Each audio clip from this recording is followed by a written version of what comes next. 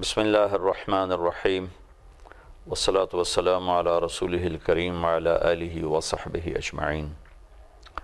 پچھلی دو مجالس میں کچھ گھریلو زندگی کے بارے میں بات کر رہا تھا۔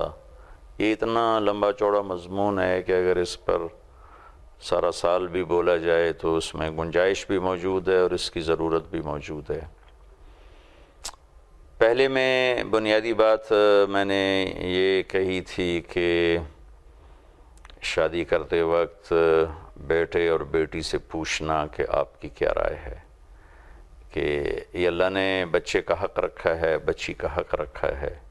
اور عام طور پر ہمارے ملک میں بیٹے تو کچھ اپنی رائے کر لیتے ہیں، لیکن بچیوں سے تو پوچھا بھی نہیں جاتا، ان کو صرف بتایا جاتا ہے، حالانکہ ان سے بھی پوچھنا اتنا ہی ضروری ہے جتنا بچے سے پوچھنا ہے۔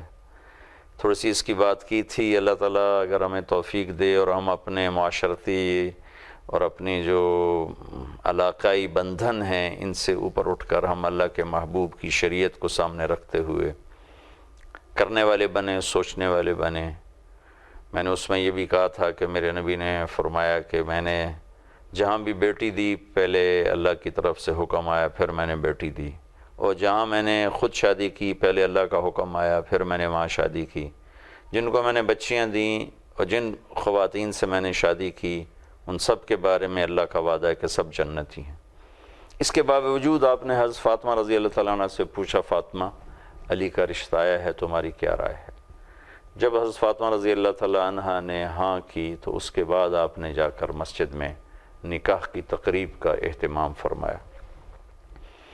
دوسری مجلس میں نے میاں بیوی کے بنیادی رشتہ بتایا تھا کہ میاں بیوی کا رشتہ اتنا بڑا رشتہ ہے کہ سارے رشتے اس سے جڑے بھی ہوئے ہیں اور جنم بھی لیتے ہیں، اور کسی بھی رشتہ کی وجہ سے اس رشتے کو نہ ٹوٹنا چاہیے نہ کمزور پڑنا چاہیے۔ اور ہمارا جو معاشرتی ماحول ہے اس میں یہ دو رشتے کبھی لڑکے کے ماں باپ کی وجہ سے تباہ ہو رہے ہیں، کبھی لڑکی کے والدین کی وجہ سے تباہ ہو رہے ہیں، کبھی لڑکے کے بھائی بہنوں کی وجہ سے تباہ ہو رہے ہیں، کبھی لڑکی کے رشتہ دار بھائی بہنوں کی وجہ سے تباہ ہو رہے ہیں، اور کبھی آپس میں بد اخلاقی کی وجہ سے تباہ ہو رہے ہیں۔ یہ تین بڑے مین فیکٹرز ہیں کہ بچے کے ماں باپ، بچی کے ماں باپ، خود خامند اور بیوی کا اپنا غلط رویہ، اس نے ہماری گھریلو زندگی کو بہت ہی زیادہ خراب کیا ہوا ہے۔ اور میرے عزیزو، زندگی احساسات کا نام ہے، اور احساسات کو جو مجروح کرتا ہے وہاں زندگی ختم ہو جاتی، جو احساسات کی قدر کرتا ہے وہاں زندگی پروان چڑھتی ہے۔ اور اللہ کی قسم احساسات سونے چاندی سے پروان نہیں چڑھتے، زربفت ریشم کے کپڑوں سے نہیں پروان چڑھتے، کروڑوں کی گاڑیوں اور کروڑوں کے گھر میں رہ کر وہ پروان نہیں چڑھتے۔ احساسات تو ایک دوسرے کی قدردانی سے، دوسرے کے احساس کی قدر سے احساس پروان چڑھتا ہے، اور جب کسی سے کے احساس کو توڑا جاتا ہے، زخمی کیا جاتا ہے، تو اس کی زندگی ختم ہو جاتی۔ پچھلے سال ایک کروڑوں پتی بلکہ اربوں پتی صاحب کی بیگم مجھ سے ملی اور بیٹھتے ہی رونا شروع کر دیا۔ ہوتا ہے آدمی پہلے اپنا دکھڑا سناتا ہے پھر روتا ہے، وہ روئی پہلے اور بات بعد میں کی کہ مولانا میں یہ اربوں روپے اور یہ ہیرے کے سیٹ اور یہ لاکھوں کے جوڑے میں ان کو آگ لگاؤں؟ میرے خامند کا رویہ میرے ساتھ ٹھیک نہیں، اس قبول ہی میرے ساتھ ٹھیک نہیں ہے۔ تو اب اس کو سب کچھ میسر ہے، لیکن وہ چیز جو اس کے احساسات کو پروان چڑھا ہے وہ اسے میسر نہیں ہے۔ وہ خامند کا میٹھا بول ہے، خامند کا میٹھا رویہ ہے۔ ایسے ہی کئی مرد ملے کہ جی تلخ ہو گئی ہے زندگی، کہ تھک کر گھر جاتے ہیں تو مسکراتے چہرے کی بجائے ہمیشہ نفرت بھرا چہرہ ملتا ہے، تانے ملتے ہیں، جلی کٹی باتیں سننے کو ملتی ہیں، جی چاہتا ہے گھر چھوڑ کے کہیں نکل جائیں۔ یہ جان بین سے یہ دیکھنے میں آ رہا ہے، ہو بھی رہا ہے۔ تو میں نے اس میں یہ اہمیت سامنے لانے کی کوشش کی تھی کہ میاں بیوی کا رشتہ ایسا رشتہ ہے کہ دونوں کے ماں باپ بیچ میں ایسے دخل انداز نہ ہوں کہ یہ رشتہ خراب ہو جائے، حتیٰ کہ اولاد بھی ایسی دخل انداز نہ ہو. میں نے اشارہ کیا تھا کہ بعض مائیں اولاد کے پیچھے اپنے خامند کو بے عزت کر دیتی ہیں، بعض باپ اولاد کے پیچھے اپنی بیویوں کو بے عزت کر دیتے ہیں. سلیم رضی اللہ تعالیٰ عنہ کے خامند ابو طلحہ رضی اللہ تعالیٰ عنہ سفر میں تھے. جس دن وہ واپس آ رہے تھے اسی دن حضرت سلیم کا بچہ بیمار تھا، انتقال کر گیا. تو وہ شام کو ابو طلحہ پہنچے تو انہوں نے بچے کو اندر لٹا دیا اور اوپر چادر ڈال دی. ابو طلحہ رضی اللہ تعالیٰ عنہ تشریف لائے تو انہوں نے پوچھا بچے کا کیا حال ہے؟ کہا ہدا کا مطلب انہوں نے لیا مر گیا ہے، اور ایک مطلب ہدا کا ہے کہ وہ سکون میں ہے. تو انہوں نے سمجھا سکون میں ہے، انہوں نے اس سے مراد لیا تھا کہ بس زندگی ختم ہو گئی ہے. وہ مطمئن ہو گیا، رات آرام سے گزاری. صبح اٹھ کے ان کو بتایا کہ آپ کا بیٹے کا انتقال ہو گیا. تو حیران ہو گئے، اللہ کی بندی مجھے رات کیوں نہیں بتایا؟ کہ رات آپ سفر سے آئے تھے، آپ تھکے ہوئے تھے، تو مجھے خیال ہے اگر میں نے آپ کو بتایا تو آپ کی یہ رات بھی ساری مشقت میں گزر جائے گی.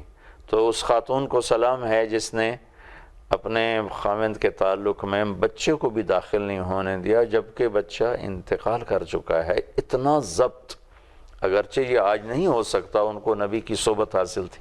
اتنا تو ہو سکتا ہے کہ ہم بچوں کے لیے آپس میں نہ الجھ جائیں، آپس میں نہ متنافر ہو جائیں، اور ایک دوسرے کی رعایت اتنی ضروری رکھی ہے. میرے نبی پاک صلی اللہ علیہ وسلم کا فرمان ہے جب تم میں کوئی شخص دیر سے واپس لوٹے تو گھر نہ جائے، باہر کہیں سو جائے تاکہ اس کے گھر والوں کی نیند خراب نہ ہو. اگرچہ آج یہ مسئلہ نہیں ہے، ہم ٹیلی فون پہ اطلاع کر دیتے ہیں ہم پہنچ گئے، ہم آ رہے ہیں، گھر والے انتظار میں ہوتے ہیں.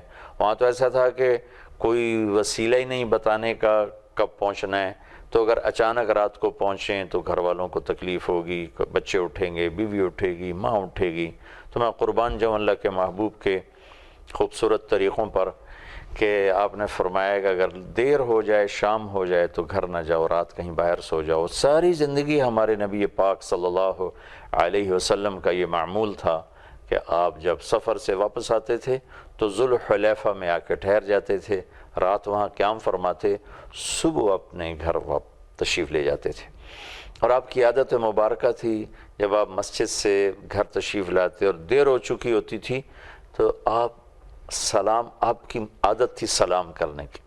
تو جب آپ گھر میں داخل ہوتے تو اتنی آواز میں سلام کہتے کہ جاگنے والا سن لیتا اور سونے والے کی آنکھ نہیں کھلتی تھی. یہ رعایت ہمیں اللہ کے نبی نے سکھائی ہے، اللہ کے نبی نے بتلائی ہے. تو یہ رشتہ اس وقت بہت کمزور ہو چکا ہے، اور جب کسی گھر کی بنیاد ہل جائے تو ساری عمارت اوپر دراڑیں پڑ جاتی. تو میاں بیوی کا رشتہ ایک بنیاد ہے، اگر اس میں دراڑ پڑے گی تو پوری عمارت ہل کے رہ جائے گی. تو جو ساتھ کے رشتے ہیں وہ اس بنیاد کو مضبوط بنانے کی کوشش تو کریں، اس کو کھاڑنے کی کوشش نہ کریں. کہ ہمارے دیش میں یہ سب کچھ ہو رہا ہے اور میں بڑے درد سے یہ بات کہہ رہا ہوں. اس کی اہمیت کو سامنے رکھتے ہوئے اور دیکھتے ہوئے میں اس مضمون کو، اب تیسری نشست ہے میں اس کو بیان کر رہا ہوں کہ ہمیں اس بنیاد کو مضبوط کرنا ہے، آپس کی محبت کو پروان چڑھانا ہے کہ اس سے آگے سارے رشتے جنم لیتے ہیں. کھٹپٹ تو ہر جگہ ہوتی ہے، کہاں نہیں ہوتی. جب کوئی کھٹپٹ ہو تو آج کل کیا ہوتا ہے کہ بچے کے والدین اپنے بیٹے کی سائیڈ لیتے ہیں، بچی کے والدین اپنی بیٹی کی سائیڈ لیتے ہیں، ادھر سے وہ بھڑکاتے ہیں، ادھر سے وہ بھڑکاتے ہیں. کبھی ناراضگیاں ہو کہ سالوں بچی گھر بیٹھی ہے، لینے والے کہہ رہے ہیں آوے گی تاں آپے آوے، اسی نہیں لین جانا. وہ کہہ رہے ہیں لینے آئیں گے تو ہم بھیجیں گے، ہم نے نہیں بھیجنا. حالانکہ اس وقت بڑوں کا کردار ہے کہ اس معاملے کو سلجھایا جائے نہ کہ الجھایا جائے.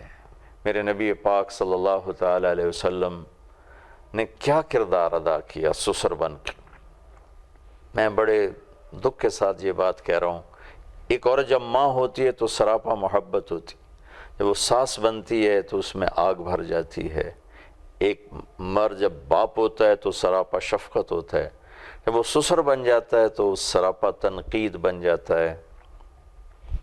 اللہ کرے یہ چیز ہم میں سے ختم ہو جائے۔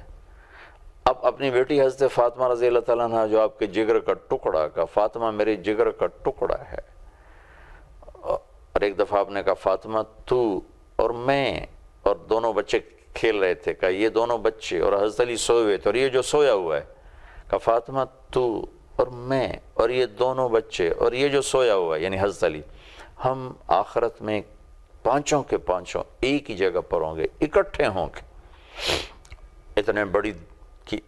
اتنے بڑے درجات بتلائے، لیکن یہ دنیا ہے، یہاں کھٹپٹ تو ہوتی ہے۔ آپ تشریف لائے تو حضرت فاطمہ رضی اللہ تعالیٰ عنہ غمگین بیٹھی، آپ نے فرمایا بیٹی کیا ہوا؟ کہا یا رسول اللہ میرا اور علی کا جھگڑا ہو گیا۔ تو سبحان اللہ، آپ نے کہا علی کہاں ہے؟ کہا جی باہر نکل گیا۔ تو آپ فوراً نکلے خود ان کی تلاش میں، مسجد میں پہنچے تو آپ مسجد میں لیٹے ہوئے تھے، کمر پہ مٹی لگی تھی، تو آپ قریب آ کر بیٹھے ہو، کہا قم یا ابا تراب، اے ابو تراب اٹھو۔ ابو تراب میں اشارہ تھا کہ علی میاں بیوی میں جھگڑے ہوتی رہتے ہیں، تیری میری محبت ویسے ہی ہے جیسے پہلے تھی۔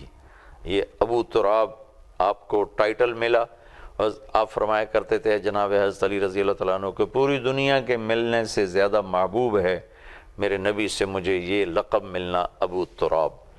آپ نے حضرت علی کا ہاتھ پکڑا، گھر میں تشریف لائے، چونکہ چھوٹی عمر تھی، حضرت فاطمہ رضی اللہ تعالیٰ عنہ کی عمر کوئی 15 سال تھی جب ان کی شادی ہوئی، حضرت علی رضی اللہ تعالیٰ عنہ کی عمر 21.5 سال تھی جب ان کی شادی ہوئی۔ تو اب ایسے درمیان میں لیٹے، ادھر حضرت علی کو لٹایا، ادھر حضرت فاطمہ کو لٹایا، حضرت علی کا ہاتھ اپنے ناف پہ رکھا، اس کے اوپر حضرت فاطمہ کا ہاتھ رکھا، اس کے اوپر اپنا ہاتھ رکھا، پھر کہا اب تم دونوں مجھ سے کہو ہماری صلح ہو گئی۔ تو دونوں سے کہلوایا کہ ہماری صلح ہو گئی۔ پھر آپ اٹھے بڑے خوش اتنے خوش تھے کہ چہرہ چمک رہا تھا۔ تو صحابہ نے عرض کیا یا رسول اللہ آج آپ بڑے خوش نظر آ رہے ہیں۔ فرمایا کیوں نہ خوش ہوں، میں علی و فاطمہ کی صلح کرا کے آ رہا ہوں۔ یہ ہے بڑوں کا کردار جب کوئی کھٹپٹ ہو جائے۔